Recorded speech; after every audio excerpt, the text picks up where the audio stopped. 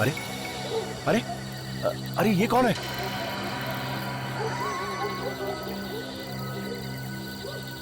लगता है कोई भिखारी है। चलो चल के देखते हैं।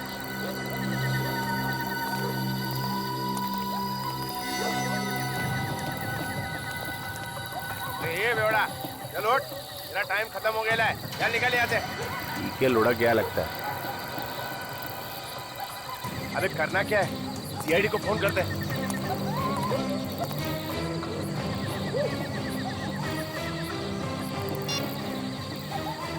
Hello hello CID.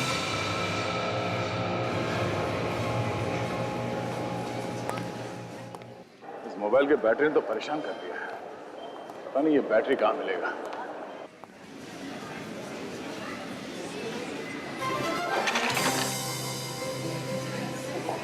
I am so sorry. मैं कर लूँगी। नहीं, इट्स ओके।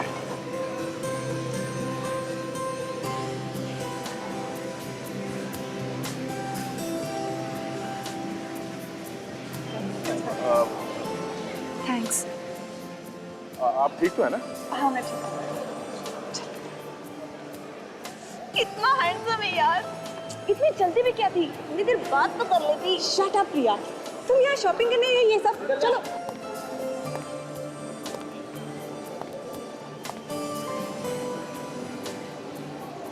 माय गॉड, मैं क्यों आया था यहाँ पे? ओ हाँ, फोन की बैटरी। शायद ये बैटरी ऊपर मिल जाए। हे, ऊपर चलते ना। हाँ चलो। अरे कितना भी शॉपिंग कर लो कम ही होता है ना।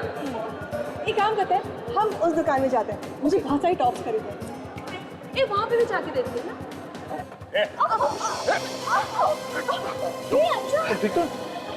अंशा कुछ हुआ तो नहीं? I'm fine. Okay? चलो। अंशा क्या यार? I'm fine. अंशा बहुत दर्द हो रहा है। शायद मोच आ गई है। चलिए आपको हॉस्पिटल लेके चलते हैं, किसी डॉक्टर को दिखाते हैं। चलो आइए। I'll manage। देखो चल। Excuse me. हाँ विजय। क्या? खून? जोर से लगा क्या? कहाँ पे? ओके, ठीक है, मैं पहुँचता हूँ। ओह शिट, मोच आई शायद। अभिजीत, थोड़ी देर हो जाएगी आने में। मैं आके बताता हूँ तुमको, ठीक है? ओके। आप चलिए, मैं हॉस्पिटल लेके चलता हूँ आपको। ओके? Okay, we'll manage। देखिए, आपके पैर को चोट लगी है, कुछ भी हो सकता है, डॉक्टर को दिखा देते हैं। चलिए, मैं छोड़ देता हूँ हॉस्पिटल। संभाल के। आज 9 बजे दोस्तों के साथ फिल्म देखने का प्लान था। पर 9 तो बज गए। हाँ काजी, प्लान कैंसिल।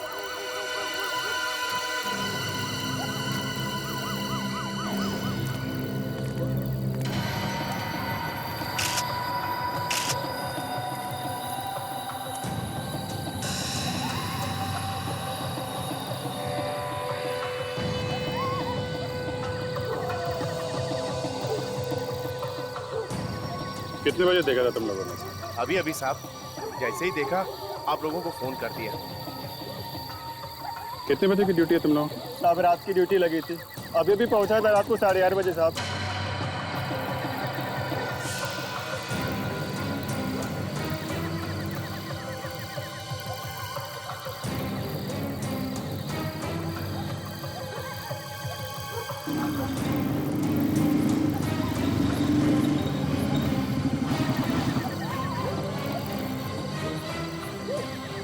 आगे ठीक ठाक है? हाँ यार, वो मॉल में एक छोटा सा एक्सीडेंट हो गया था। जिसका एक्सीडेंट हुआ उसे हॉस्पिटल में छोड़ के आया। कुछ नहीं मारा बेचारे का। अभी तक तो पता नहीं चला है, बस खाली यहाँ चेहरे पे नीलापन। पॉइजनिंग तो नहीं है? नहीं, ये हाथ और नाखून ये सब तो ठीक ठाक है। इसका यहाँ गले में ये देखा कैसा निशान? अजीब से डिजाइन बना हुआ है। पता नहीं किस चीज से गला खोल दिया। है कौन देखते हैं।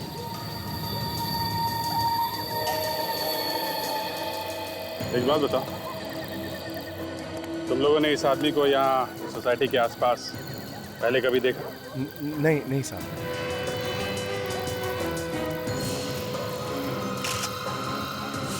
सीनियर सिटीजन अभिजीत, आधा सीनियर सिटीजन कार्ड है, नाम है अंशुनाथ, उम्र 63 साल। गवर्नमेंट ऑफिसर, 2007 में रिटायर्ड। एड्रेस भी लिखा है। हेलो, जी हाँ बोल रहा हूँ। खून कहाँ पे?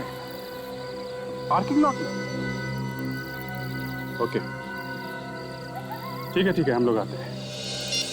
यार एक और खून हो गया। दो खून एक ही टाइम पे? हाँ, काम करो, तुम वहाँ पार्किंग लॉट में जाके देखो क्या चक्कर है। तब तक मैं देखता हूँ यहाँ आसपास कुछ सबूत मिलता है क्या। ठीक है चलो।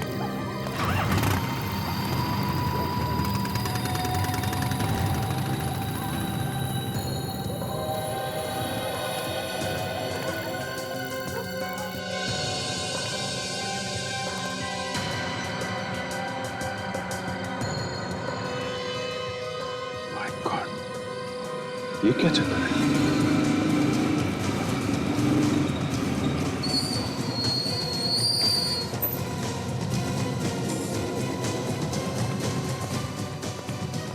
अब थोड़ा दूर खड़े रहिए प्लीज।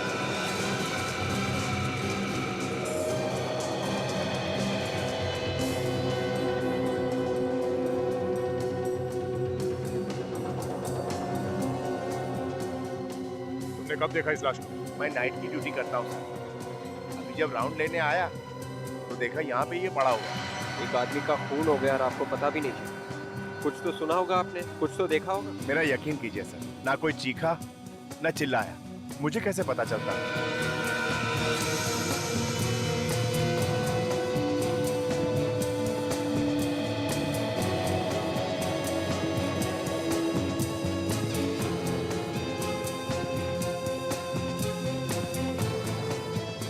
टायर के निशान काफी गहरे हैं। ऐसे लगता है कोई यहाँ गाड़ी में छुप के बैठ के इस आदमी का इंतजार कर रहा था यहाँ आने का। इस पार्किंग लॉट में कोई सीसीटीवी कैमरा भी नहीं? हाँ विवेक। हाँ सिर पे, हाँ वैसे जरूर खूनी ने इसे पीछे से मारा होगा। मगर इसके पैर से काफी खून निकला है। जरा बॉडी पर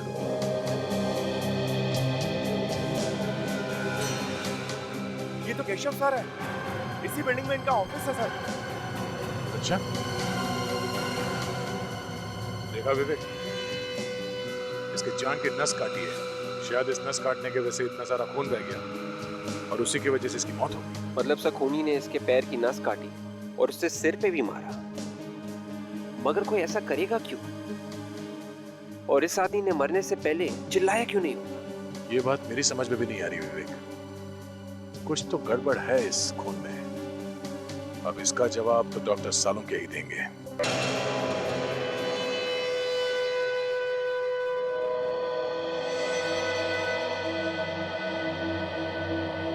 सालुंके तू टेंशन में क्यों है? ये दो खून हुए इसलिए? अरे मुझे क्या टेंशन है भाई, मैं अपनी लैब में खड़ा हूं।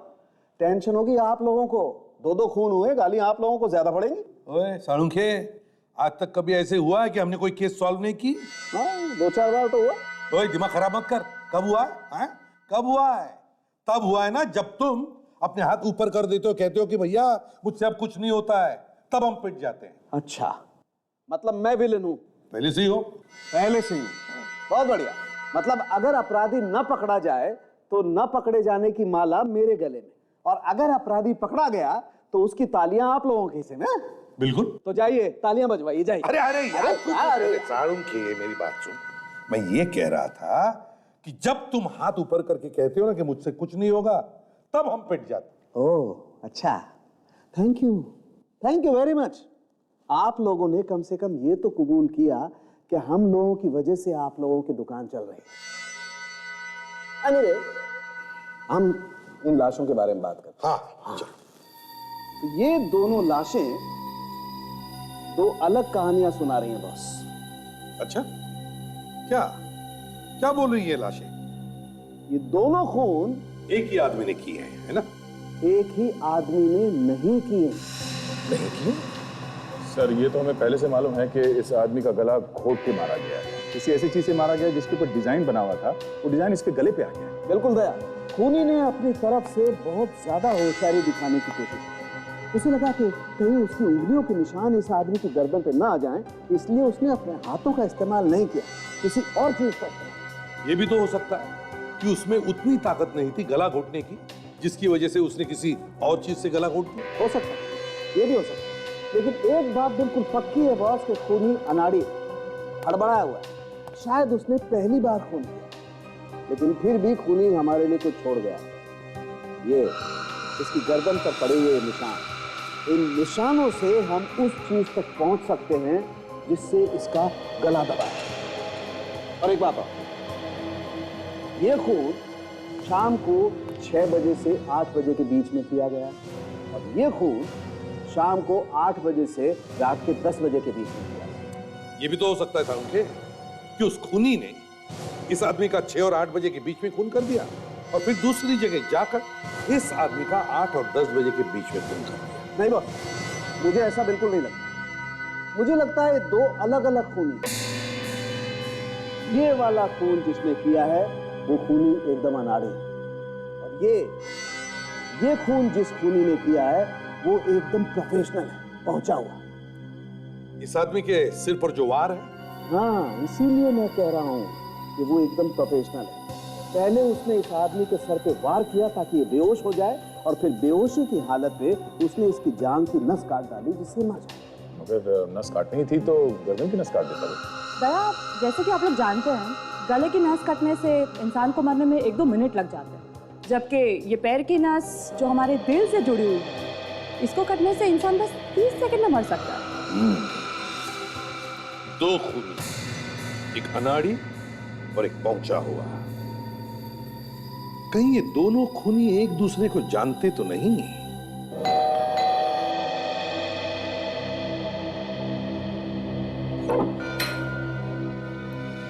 जी, हम लोग सीआईडी से और अंशुनाथ जी के खून के बारे में पूछताछ करने। जी, मैं उनकी बेटी हूँ। आइए, अंदर आइए। Thank you. घर में और कौन कौन रहता है? ये मेरे पति रजत है। हम लोग मम्मी पापा के साथ ही रहते हैं। ओह, आपकी मम्मी कहाँ है? वो मंदिर गई है पापा के लिए हवन करने। बस अभी आती होगी। ये आपकी मम्मी हवन करवाने अकेली गई है? जी, एक्चुअली पापा इन्हें ज्यादा पसंद नहीं करते थे। मैंने उनके मर्जी के खिलाफ जाकर रजत जी से शादी की थी, इसीलिए मम्मी ने उनके आत्मा की शांति के लिए रजत को हर पूजा और हवन से दूर रहने के लिए कहा। तो इसीलिए अकेली गई है हवन करवाने के लिए? जी सर, मरने के बाद कोई किसी से नाराज कैसे रह सकता है?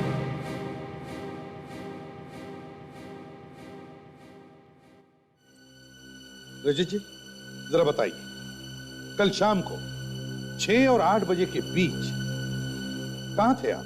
मैं? जी हाँ, आप कहाँ थे?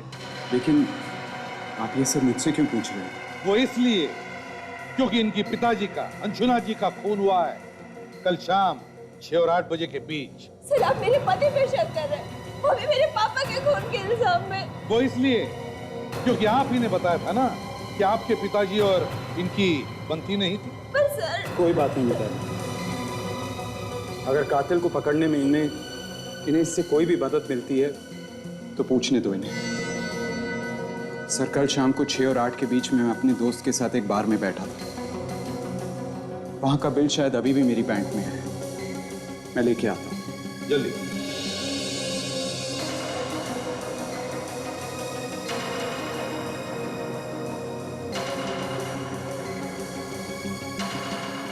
ये लीजिए सर।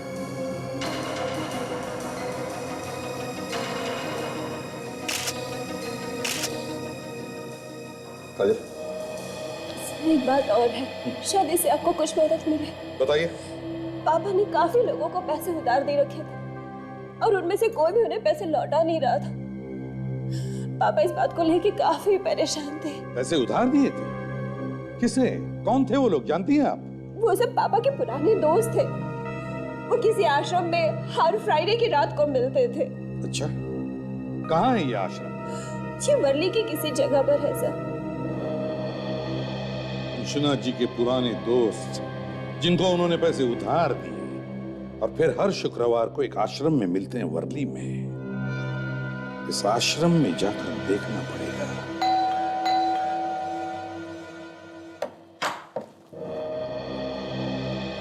केशव का घर यही है? जी हाँ। हम लोग सीआईडी से। सीआईडी? आइए आइए अंदर। साहब, ये लोग सीआईडी से हैं, आप लोगों से मिलना चाहते हैं। जी कहिए। माफ कीजिए आप लोगों को तकलीफ दे रहे हैं, लेकिन हमें केशव के बारे में आपसे कुछ बातचीत करनी है। जी बोलिए। मैं ही केशव का पिता हूँ। ये मेरी पत्नी, ये मेरा छोटा भाई, ये उनका बेटा और ये उनकी पत्नी। देखिए, हम जानते हैं कि आप लोगों पे क्या बीत रही होगी, पर ये जानना बहुत जरूरी है कि केशव की किसी के साथ कोई दुश्मनी थी? केशव की दुश्मनी हो ही नहीं सकती थी।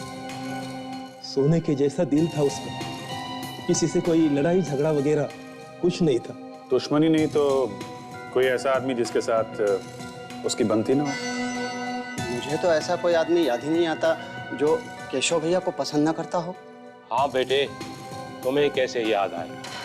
बिरजू, एक मिनट आप रुकिए उधर। ये जो अभी आपने कहा कि आपको कैसे याद आएगा, ये क्यों कहा आपने? क्यों नहीं याद आएगा इनको? बस ऐसे ही बोल दिया था। नहीं, कोई तो कारण होगा। क्या बात क्या है? केशव जी का इनके साथ रोज किसी न किसी बात पे झगड़ा होता था। किस बात पे झगड़े होते थे केशव के साथ? ऐसी तो कोई बात नहीं थी सर मैं बताता हूँ। कपिल ना केशव के बिजनेस में काफी दखल अंदाजी करता था। ये बात केशव को बिल्कुल पसंद नहीं थी। इसी बात पर कभी कभी बहस हो जाती थी बस। कपिल जी, कल रात 8 से 10 बजे के बीच में आप कहाँ थे? आप मुझ पर शक कर रहे हैं? देखिए, आप इस तरह मेरे बेटे से बात नहीं कर सकते। मैंने सिर्फ एक सवाल पूछा है, उसका जवाब दो। कल रात 8 से 10 बजे के बीच में तुम कहाँ थे? मैं कल शाम को अपने दोस्त देवांग के घर पे था। देवांग के यहाँ? लेकिन कल जब अपनी बात हुई थी तब तो तुमने कहा था कि तुम मयूर के यहाँ हो। वो मेरा मतलब है कि मैं देवांग के घर गया जरूर था, पर वो मिला नहीं तो मैं मयूर से मिलने चला गया। अच्छा, इस फैमिली बिजनेस के अलावा ये केशव किसी एड एजेंसी में भी काम करता था? जी हाँ, वो एक एड एजेंसी का मालिक भी था और पिछले काफी दिनों से वो काम को लेकर परेशान रहता था। उसका एक पार्टनर भी है, आलोक। आलोक? ठीक है, इस आलोक से भी मिल लेते हैं। सर, इस आलोक को जरूर कुछ पता होगा। देखते हैं।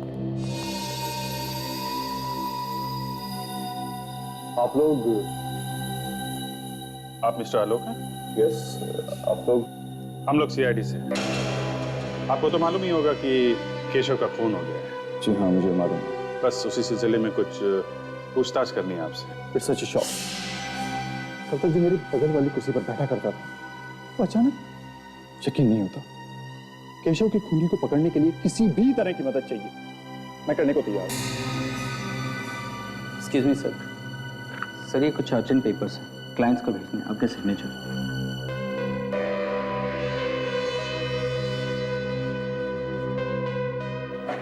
Thank you. आलोक जी, आप कल शाम 6 और 8 बजे के बीच में एग्जैक्टली कहाँ पे थे? मैं कल सीधा ऑफिस से जिम चला गया था। तकरीबन रात के 10 बजे तक मैं वहीं था। अगर ये सब आप मुझसे क्यों पूछ रहे हैं? खून का मामला है, जब तक कोई ठोस सबूत नहीं मिल जाता हम सब पे शक करते हैं। अगर मैं केशव के पिता से मिले थे हम। उन्होंने बताया कि पिछले कुछ दिनों से वो ऑफिस के काम को लेकर काफी परेशान है। ऐसी क्या बात? सर टेंशन किस बिजनेस में नहीं है, कोई छोटी मोटी होगी चीज, मुझे पता नहीं वो किस बात से परेशान है। ऐसे आपका जिम कहाँ है? अंधेरी में। मैं आपको कार्ड देता हूँ, आप चाहें तो वहां जाकर पता कर सकते हैं। खैर वो तो हम लोग पता लगा ही लेंगे। फिलहाल के लिए थैंक यू। जरूरत पड़ी तो आपको दोबारा परेशान करेंगे। जी जरूर।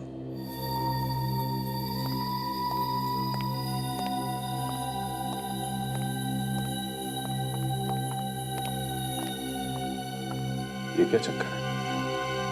ताशा देखो जरा।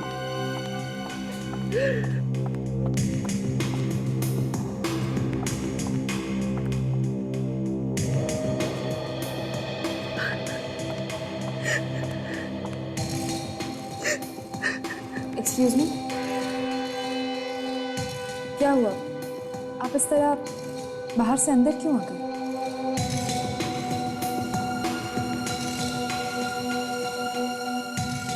आप काफी परेशान लग रही हैं। देखिए, ऐसी कोई बात हो जो आपको बतानी है केशव के बारे में? केशव और मैं एक दूसरे से बहुत प्यार करते थे और बहुत जल्द हम लोग अपनी शादी की बात अपने घर वालों से करने जा रहे थे। I'm really sorry, लेकिन ऑफिस में कोई ऐसा हो जिस पर आपको शक हो, ऐसा कोई जिससे केशव का लड़ाई झगड़ा हुआ हो? केशव सिर्फ एक इंसान से हमेशा परेशान रहते थे और वो है ये आलोक। आलोक और उनकी सोच कभी नहीं मिलती थी। हर रोज किसी न किसी बात पर ये दोनों बहस करते रहते थे। लेकिन ये आलोक तो कह रहा था कि वो दोनों बहुत अच्छे दोस्त थे। झूठ बोल रहा है ये आलोक। केशव तो उससे सीधे मुंह बात तक नहीं करते थे। उन्हें शक था कि आलोक कंपनी के पैसे में हेरा फेरी कर रहा है। अच्छा। और जब से केशव गए हैं ना मैम, तब से इस आलोक ने अपने कैबिन का लॉक तक चेंज कर दिया है। मुझे तो लगता है कि आलोक कुछ छुपा रहा है। मैम यकीन मानिए, इसी ने मेरे केशव को मारा, इसी आलोक ने। ये आप इतना यकीन के साथ कैसे कह सकते हैं? कोई सबूत है आपके पास? सबूत ही तो ढूंढने की कोशिश कर रही हूँ, लेकिन मैं उसके कैबिन में अंदर जा नहीं पा रही। या तो ये खुद अंदर होता है या फिर कैबिन को लॉक करके चला जाता है। इसके और उसके पीने के अलावा इसके कैबिन में अंदर घुसने की परमिशन और किसी को नहीं है। ठीक है, आप बिल्कुल चिंता मत कीजिए। अब जो करना है हम लोग करेंगे।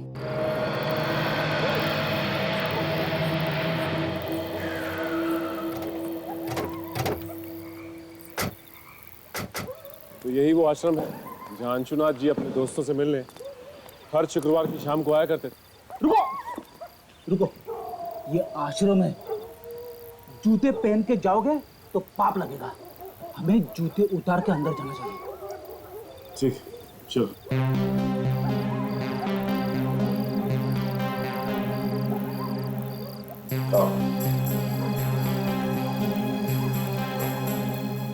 चलो आओ एक चाल चल। ये सब क्या हो रहा है यहाँ पे? बहुत चालें चल रही। आश्रम के नाम पर अय्याशी हो रही है यहाँ पर। आप? हम लोग सीआईडी से हैं। अंशुनाथ के खून के बारे में पूछताछ करने आए हैं। सीआईडी? हाँ सीआईडी। क्लब जैसे माहौल को आश्रम कहते हैं आप लोग? सर जी, हमारे जैसे उम्र के लोग जाएं तो और कहाँ जाएं? हम सब रिटायर्ड लोग हैं। अब अगर घर पर बोलेंगे ताश खेलने जा रहे हैं तो बहू बेटे क्या समझेंगे? हाँ, देखिए, इसीलिए आश्रम का बहाना देकर हम हफ्ते में एक बार यहाँ आते हैं, हंसते हैं, खाते हैं, जीते हैं और कभी कभी पी लेते हैं। वो सब तो ठीक है, लेकिन आपके बीच से आपके एक दोस्त अंशुनाथ जी गुजर गए। आप लोगों ने हफ्ते भर के लिए भी ये हंसना खेलना बंद नहीं किया। अरे भाई उम्र ही ऐसी है, हमने तो सब कुछ देख लिया, अब तो बस जाने के इंतजार में जी रहे हैं। बात तो ठीक कही आपने, पर कम से कम अंशुनाथ जी के खूनी को पकड़ने में आप हमारी मदद तो करेंगे ना? जरूर करेंगे, लेकिन ये अंशुनाथ के मर्डर करने वाले को क्या फायदा हुआ होगा समझ में नहीं आता। उसके घर वालों के बारे में हम ज्यादा कुछ तो नहीं जानते, पर एक बार उसका दामाद रजत उसका पीछा करते करते यहाँ आया हुआ था। उन दोनों में काफी बहस भी हुई थी। हमें तो पता चला है कि अंशुनाथ जी से आप लोगों ने कुछ उधार पैसे लिए थे जो अभी तक लौटा ही नहीं है। अरे किस उधार की बात कर रही हैं आप? हाँ? अरे हमने तो अपने सारे बच्चों की शादियां करवा दी हैं और हम सब खुशी खुशी रिटायर हो चुके हैं, हमें कोई भी पैसों की जरूरत नहीं है। अंशुनाथ को बड़ा दांव खेलने की बहुत आदत थी। जब भी उसे हम रोकते थे तो कहता था सारी जिंदगी पैसा कमाने में निकल गई, अब खर्च करने का मजा ले रहा हूं। सही कह रहा है, अब बड़े दांव में जीत तो बड़ी होती है लेकिन हार भी बड़ी होती है। वो बहुत बार गेम में पैसे हार चुका था, शायद इसी बात को छुपाने के लिए उसने घर वालों से झूठ बोला होगा। तो ये बात है, ठीक है, अगर हमें आप लोगों की दोबारा जरूरत पड़ी तो हम आपको याद करेंगे। जी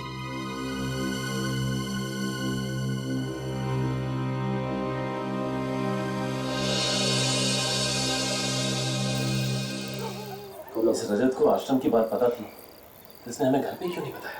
हाँ, अगर पहले बता देता तो जूता उतारने की बेवकूफी ना करते।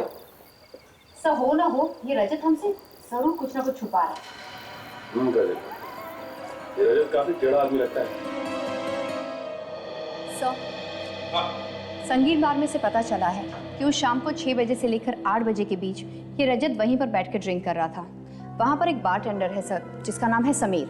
उसने कहा कि वही उसे ड्रिंक सर्व कर रहा था। ओह, 6 और 8 बजे के बीच रजत बार में ही था।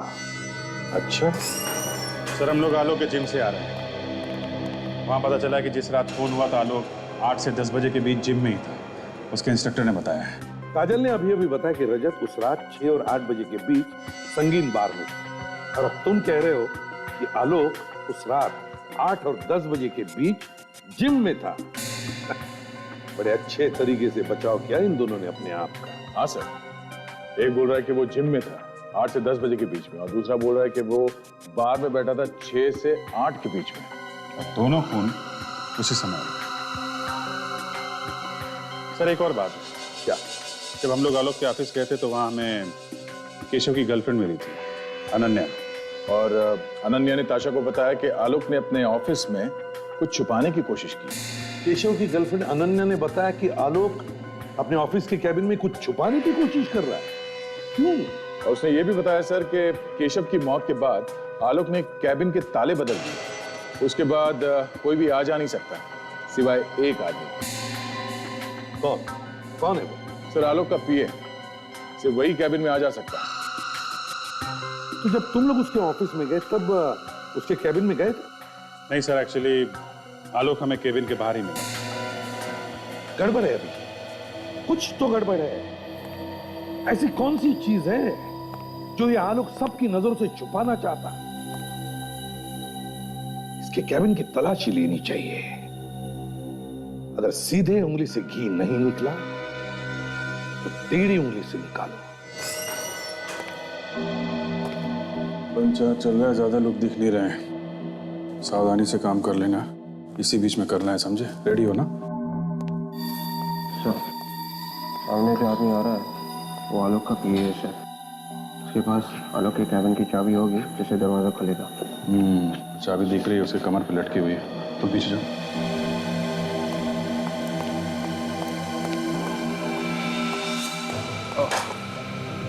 संभाल के लगी तो नहीं आपको? नहीं, 100 सर। अरे आप तो वो आलोक जी के पीए हैं ना? जी हाँ सर, आपने पहचान लिया मुझे? क्यों नहीं। कल आलोक जी से बात हो रही थी तो आप आए थे वो कुछ साइन वाइन कराने के लिए। जी हाँ। अच्छा सर, ये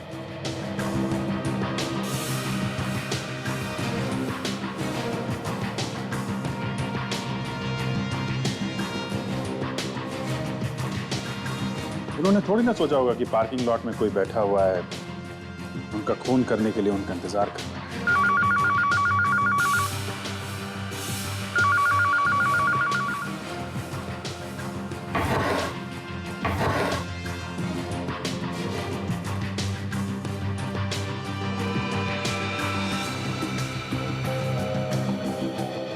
बेल्ट,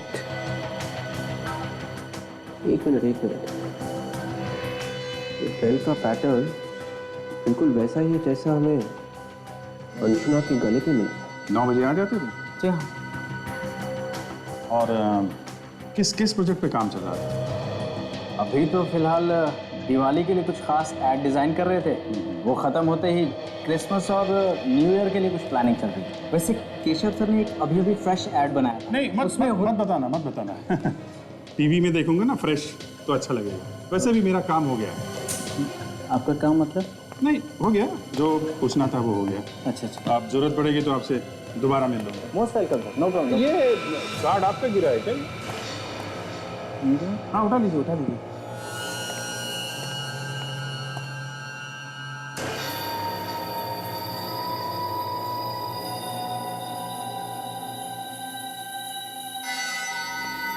ये है वो बेल्ट जो आलोक सबकी नजरों से अपने कैबिन में छुपा के रख रहा था। और सर डॉक्टर सालोंके ने भी कंफर्म किया है कि ये वही बेल्ट है जिससे अंशुनाथ का खून हुआ है। ये वही बेल्ट है जिससे अंशुनाथ का खून किया गया। मगर ये बेल्ट आलोक के पास कैसे? अगर ये यहाँ पे था तो वो वहां पे था। हाँ, जो दिख रहा है वो है नहीं। इसने दिखाया कि वो वहां पे था और उसने दिखाया कि वो यहाँ पे था। सर ये यहाँ पे था और वो वहां पे था, ये सब सचिन, ये जो केस है इसे यहाँ वहां किया गया है। अभिजीत, क्या जानबूझ के किया गया या फिर अपने आप हुआ है? सर, खूनी ने किया है तो जानबूझ के ही किया है। जो दिख रहा है वो है नहीं, जो नहीं दिख रहा है वो है। हाँ, तो तुम समझ गए मैं क्या कहना चाहता हूं। बस अब वक्त बर्बाद मत करो और फटाफट जाके पकड़ लो उसे जिसने भी ये किया है। तुम भी साथ में जाओ। अब सर, वो मैं उससे पहले थोड़ी देर के लिए हॉस्पिटल जाना चाहता हूँ। किससे मिलना है सर? जरूरी काम है। हॉस्पिटल? ये केस के बीच में हॉस्पिटल कहाँ से आया? कुछ नहीं सर, कोई है जिसे दया ने अपनी जान पे खेल के बचाया। जान पे खेल के? कोई जान मान पे खेल के नहीं बचाया सर। वो लड़की सीढ़ियों से गिर रही थी तो मैंने उसे पकड़ लिया था। पकड़ लिया मतलब बचा लिया। बचाया तो है ना? हाँ। कोई लड़की गिरी थी क्या? नहीं तो फिर तय जाओ, तुम जल्दी से हॉस्पिटल जाओ, मगर जल्दी आना। अच्छा, मैं भी चलूं? चलिए।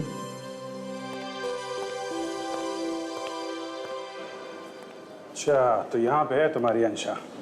सिर्फ अंशा अभिजीत, कोई मेरी अंशा नहीं। और प्लीज अंदर कुछ इधर उधर की बातें मत कर देना।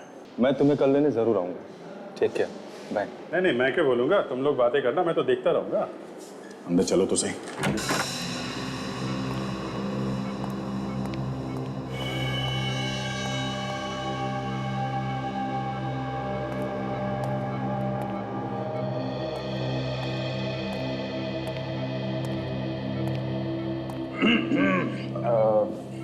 मैं अभिजीत हूँ। Sorry Abhijit, my friend. कैसे हैं आप? दर्द अभी कम है, पर पैर मुड़ने की वजह से मुझे मोच चाहिए है। But I will be fine. कल तक मुझे हॉस्पिटल से डिस्चार्ज भी मिल जाएगा। अच्छा, वेरी गुड। वो डॉक्टर ने एक्सरे वगैरह देख लिया ना? He is fine with it. I will be fine. Okay. अच्छा, ये जो अभी आपसे मिलके गए वो कौन थे? वो मेरी फ्रेंड है प्रिया। नहीं, उसके पहले जो गए थे वो मेरी कजिन है, बंटी भैया। अच्छा, बंटी भैया।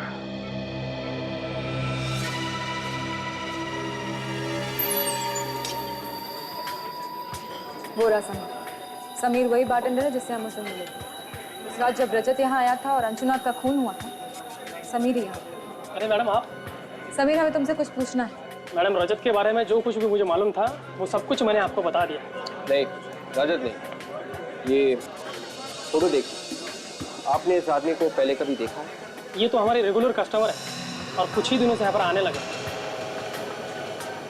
कुछ ही दिनों से मतलब कब से? करीब 1 महीने पहले हमारे इसी बार के आगे उनकी कार खराब हो गई थी। सब मैकेनिक आने तक यहीं पर आके बैठे थे, तब से हर रोज आना जाना है उनका। ओके, अच्छा याद करके बताइए, वो आदमी रजत को जानता था? कभी बात करते हुए देखा आपने दोनों को? सर बात करते हुए क्या, दोनों अच्छे दोस्त लगते थे और 3-3, 4-4 घंटों तक यहीं पर बातें करते रहते थे। Sameer, thank you very much. ACP sir को फोन करके बताइए।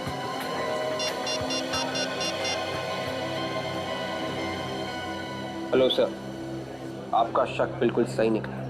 सर, मैं केशव के खूनी को किसी भी कीमत पर सजा दिलवाना चाहती हूँ और उसके लिए मैं आपकी हर तरीके से मदद करने के लिए तैयार हूँ। गुड।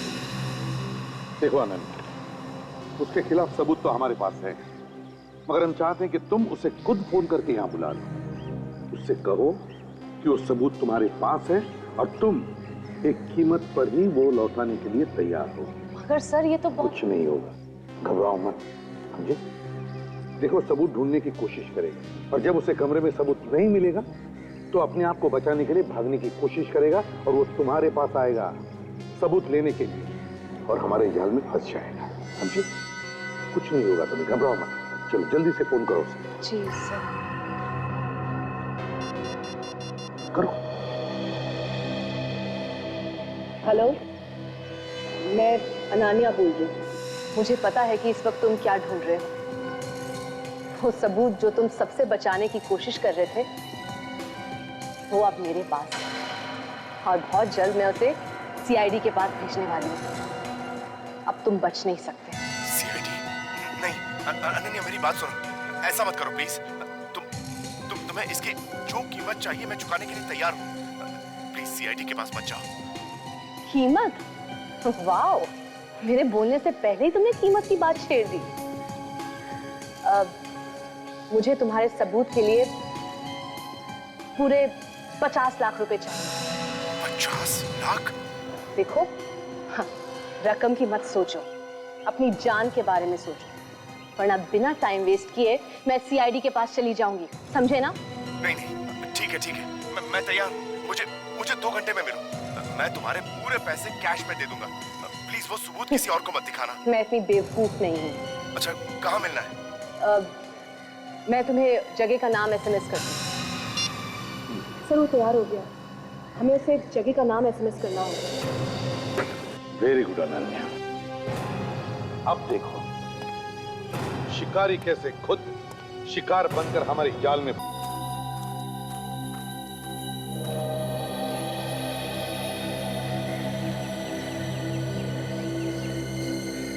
तेरे पैसे लाए हो? तेरे समझ के देखो।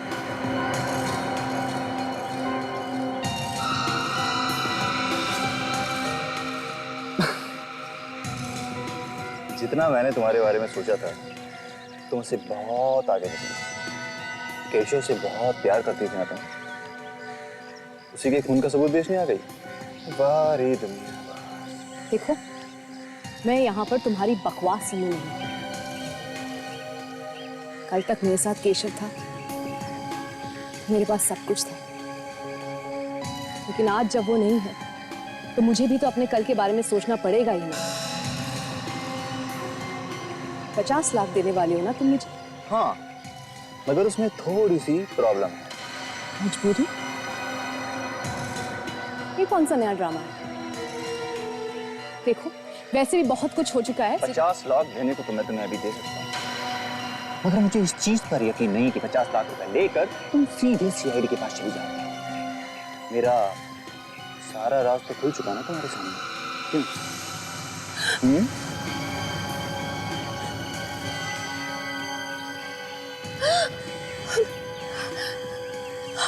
हमें बर्बाद करने निकली थी, हाँ? धमकी देती है हमें। Very wrong. तुम लोगों ने केशव को तो खत्म कर ही दिया, अब मुझे मारना चाहते हो? ठीक है, मारो मुझे, मारो गोली। शूटर, कम फेंक दो। तुम दोनों का खेल खत्म हो चुका है, सरेंडर कर दो। अब नीचे, अब नीचे।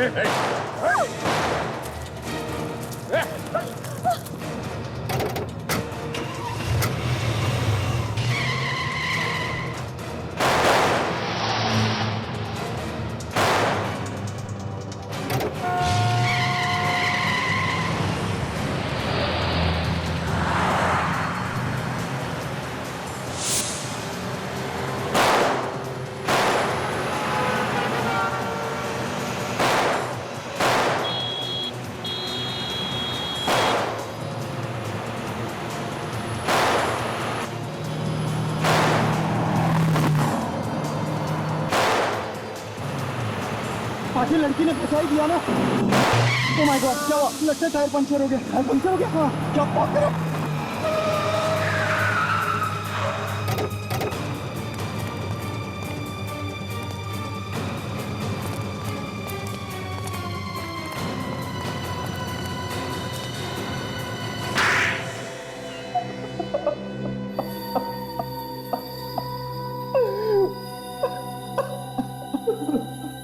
केशव और अंशुनाथ, जिन दो लोगों का खून तुम लोगों ने किया, उनकी लाशें डॉक्टर साळुंखे को कुछ कहानी सुना रही थी। वो कहानी अब हम तुम्हारे मुंह से सुनना चाहते हैं।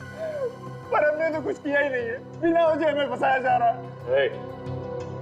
दो खून करके चुपचाप बैठा है कुंडली मार के, सोचता किसी को कुछ पता नहीं चलेगा है? तुम्हारे पास सिर्फ एक ही लाइफलाइन बची है। कौन सी? सच बोलने की लाइफलाइन। सच बोलने की लाइफलाइन? हाँ, सच बोल, सच। सच के अलावा कुछ नहीं सुनेंगे हम लोग। मगर मेरी तो कोई गलती नहीं है। चुप, कुछ बोलना मत रजत। मैं और नहीं झेल सकता, मुझसे अब कुछ नहीं होगा। मुंह खोलोगे तो मारे जाओगे। ये क्या बोलेगा? इसके पास तो एक भी लाइफलाइन नहीं बची है। मैं सब कुछ भूल गया हूँ, मुझे कुछ याद नहीं है। हो, बेचारा सब कुछ भूल गया है। चलो हम तुम्हें याद दिलाते हैं। दया, जरा दिलाओ याद।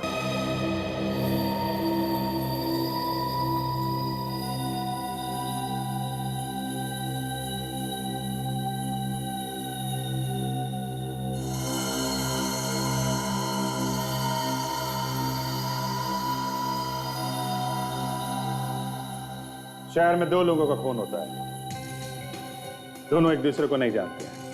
कोई नई बात नहीं है, ऐसा अक्सर होता है। दोनों का आपस में कोई संबंध नहीं। एक बूढ़ा आदमी रिटायर्ड, दूसरा एक एड एजेंसी का मालिक। दोनों खून दो अलग अलग जगह पे अलग अलग टाइम पे होते हैं।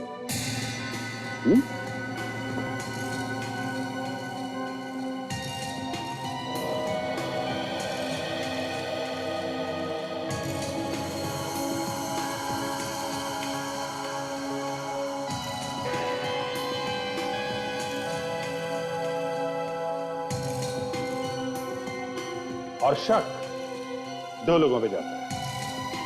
रजत, जिसे बिल्कुल पसंद नहीं है कि अंशुनाथ पैसा उड़ाता है। आलोक कंपनी में से पैसों की चोरी करता है और इसलिए केशव उस पे केस करने वाला था।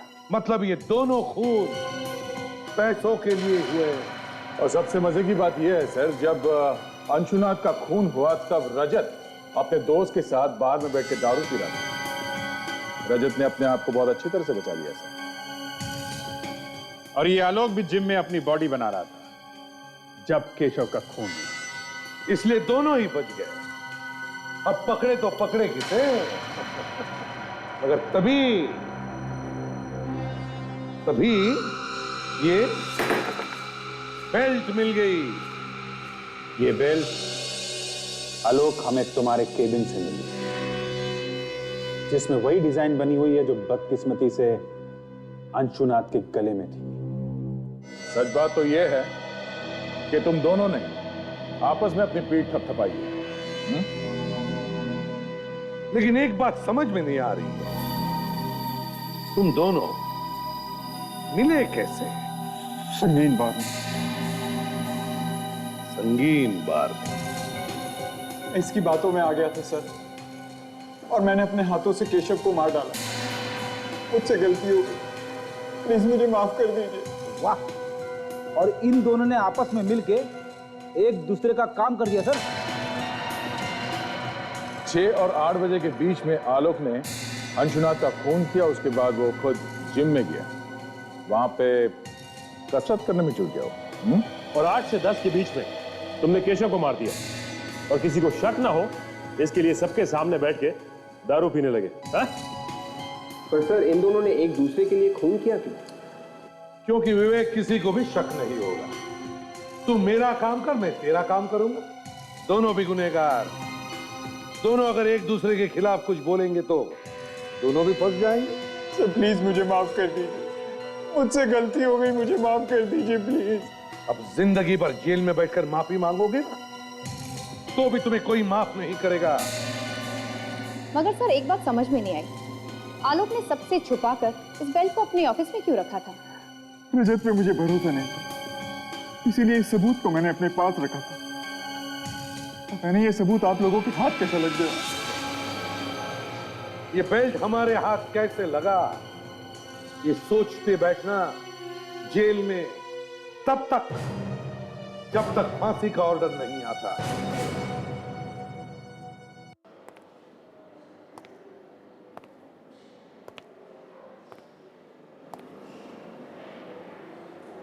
क्या हो गया? जी मेरी समझ में नहीं आ रहा है कि मैं क्या करूं और कैसे करूं। क्या समझ में नहीं आ रहा है? किसकी बात कर रहे हो? उसी की बात कर रहा हूं यार, और किसकी बात करूंगा। ये हंशा में ऐसा कुछ है, पता नहीं, बार बार उसी का ख्याल आता है दिमाग में। ऐसा लगता है कि मुझे उसके बारे में और भी जानना चाहिए। 2-3 बार मिलने में ही ऐसा लगने लगा है? हाँ यार, फिर समझ में भी नहीं आ रहा कि इतनी जल्दी ऐसे कैसे हो गया। जब देखो दिमाग में उसी का ख्याल रहता है। कोई एक अजीब सा कनेक्शन है उसके साथ में। मुझे लगता है कि सिर्फ तुम्हें लगता है या उसे भी ऐसा महसूस हो? पता नहीं यार। अब जी तुम्हें तो मालूम ही है कि मेरे साथ क्या क्या हो चुका है। अब तो डर सा लगने लगा है कि कोई गलती ना हो जाए मुझसे। तुम्हें लगता है कि तुम फिर से चक्करों में ना फंस जाओ? हैं? पता नहीं। धीरे, एकदम से धीरे। दर्द हो रहा है ना? हाँ। हाय। हाय। क्या कहा डॉक्टर ने? 1 हफ्ते में एकदम ठीक हो जाऊंगी, बिल्कुल पहले जैसे। बस तब तक चलना फिरना थोड़ा कम करना पड़ेगा। ये तो अच्छी बात है, तुम्हें रेस्ट की जरूरत है। You should take rest and take care also. I will drop you. Come. संभालिए प्लीज।